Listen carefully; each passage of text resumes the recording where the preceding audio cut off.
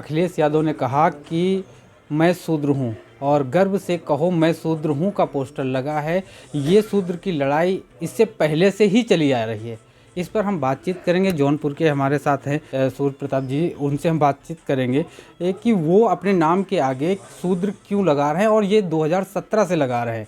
आखिर उसका कारण क्या है, हम उन्हीं से जानते हैं क्या कारण है। सर पहले तो आपका स्वागत है हमारे चैनल में। बहुत बहुत धन्यवाद आपको। सर क्या कारण रहा जिस वजह से आप कह रहे हैं कि शूद्र शब्द जो है अपने नाम के आगे लगाते हैं? शूद्र शब्द मैं 30 मार्च सन 2017 से लगा रहा हूँ, जिस दिन हमारे राष्ट्रीय अध्यक्ष या शूद्रों के भगवान, दलितों पिछड़ों के भगवान के आवास को जानवर के पेशाब से धुल करके पूरे देश के दलितों पिछड़ों को अपमानित किया गया। आज 21वीं सदी के डिजिटल इंडिया में इससे बड़ा अपमान और कुछ नहीं हो सकता है।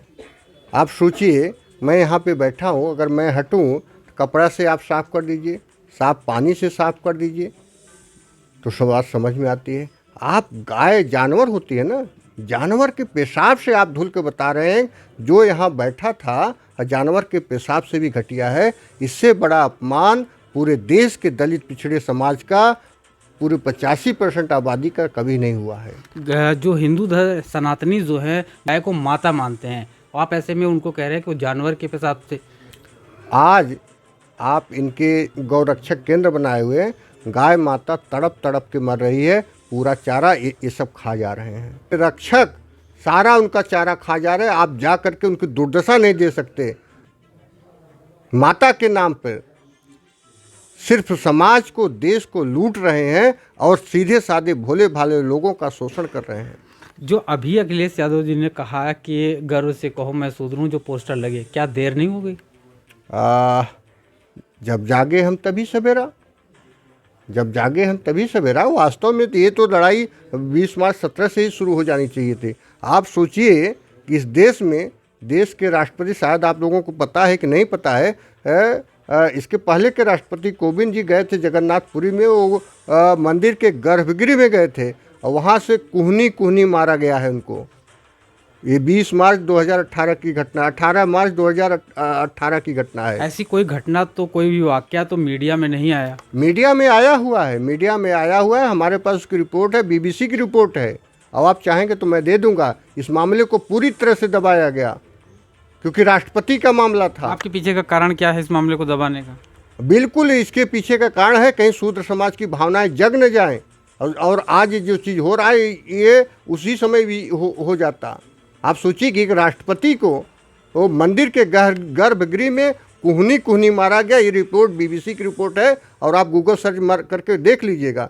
2024 इलेक्शन से पहले जिस तरह से शूद्र शब्द का प्रयोग किया, इसका राजनीतिकरण नहीं हो रहा है? ये एक समाज की लड़ाई है जो हजारों वर्षों से चली आ रही है। इलेक्शन से पहले समाज ही याद आया? अरे अभी तो 23 है, अभी तो 23 है, 24 में इलेक्शन है, तब से पता नहीं कितनी बातें होंगी। अभी तो ये तो समाज की लड़ाई है जो एक तबके को हजारों सालों से जाति और धर्म के नाम पर लूटा जा रहा है। राजनीतिक विश्लेषक तो ये मान रहे हैं कि जो 2024 से पहले ये जो शूद्र चीज़ को कह के कैटेगराइज किया जा रहा है समुदाय विशेष को, इसके करने से ज़्यादा फायदा भाजपा को ही दिख रहा है। उनका ब्राह्मण जो है इकट्ठा हो जाएगा।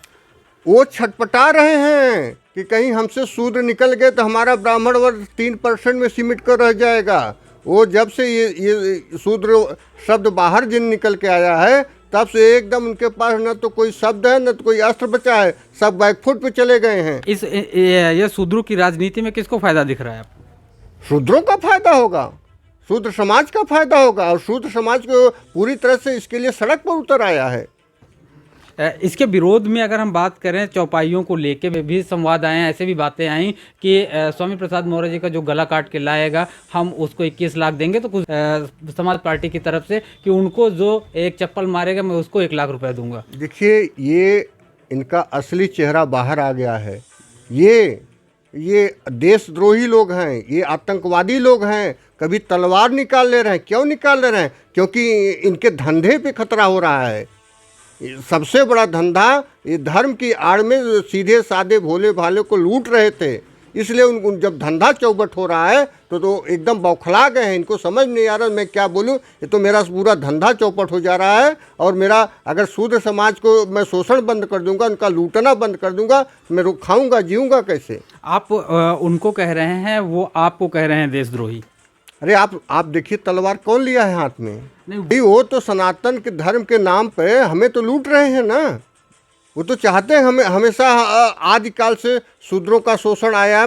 प्राचीन काल में होता था ना, अगर शूद्र धर्म को सुन ले तो उसके कान में शीशा पिघला दिया जाता था। आँख अगर देख ले तो उसकी आँख फोड़ दी जाती थी, उसकी जिह्वा काट ली जाती थी। वो तो चाहते हैं कि कहीं शूद्र समाज उभर के आगे न आ पाए और अपनी बात खड़ा न कर पाए, इसलिए वो लगातार चाहते हैं कि ऐसे दबे रहें और लगातार मैं इनका शोषण करता रहूं। इसीलिए तलवार निकाल करके सोचिए आज खुलेआम धमकी दे रहे हैं, हत्या करने की धमकी दे रहे हैं। और ये गुंडाकारी उपद्रवी सरकार जो संरक्षण दे रही है, ऐसे लोगों को तत्काल जेल में भेजना चाहिए था, लेकिन ये सरकार लगातार संरक्षण दे रही है और लगातार ऐसे लोगों का बचाव कर रही है। ये लड़ाई हम 2017 से लड़ रहे हैं, जब अखिलेश यादव की सरकार गई थी और उनके आवास को गौमूत्र से धोया गया था। कैमरा पर्सन आंसू के साथ शिव सैनी, मिरर पोस्ट, लखनऊ।